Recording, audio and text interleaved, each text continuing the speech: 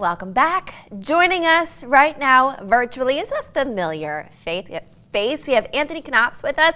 Anthony, thank you so much for joining us virtually today.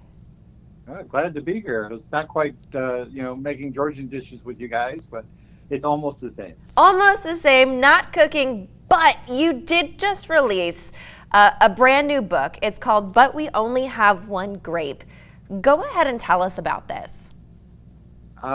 This is a children's story. I've written some fiction, some novels. So this was my first children's story, and it is a lot more challenging because every word has to have value because you're dealing with 800 to 1,200 words. So you have to be very economical in what you do. It's a story about Joshua. This is a second grader who has a family whose both father and mother lost their job, and he goes to the kitchen one night and he sees a single solitary grape on a stem. Yeah. And is trying to figure out what he can do, because if he eats it, then there's no food left in the house. Yeah.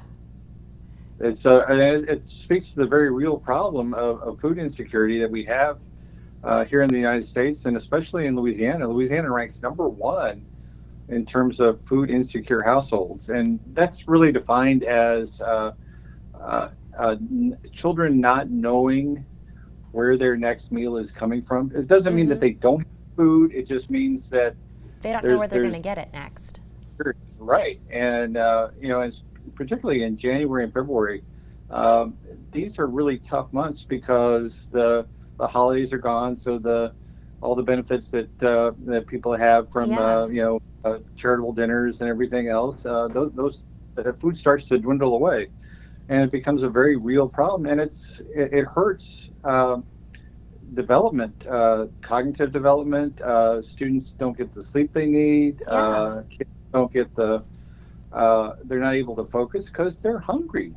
Yeah, and Anthony, this is a children's book. What made you want to tackle an issue like food insecurity in a tangible form for children?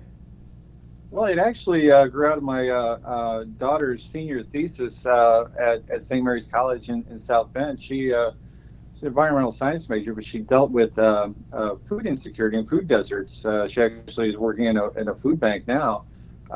And the more I started talking to her, the more I realized how big a problem this really was. Here in our country, and we always think of, food insecurity as a third world problem, a problem that happens, hundreds and thousands of miles away, but it's happening in our neighborhood. Yeah. And when you look at the numbers of kids that aren't able to where the only meal they get really is at a school lunch. That's really telling, and that it's scary.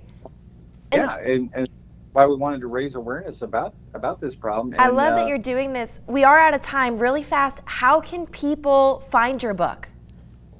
They can go to my website, which is anthonyknopps.com.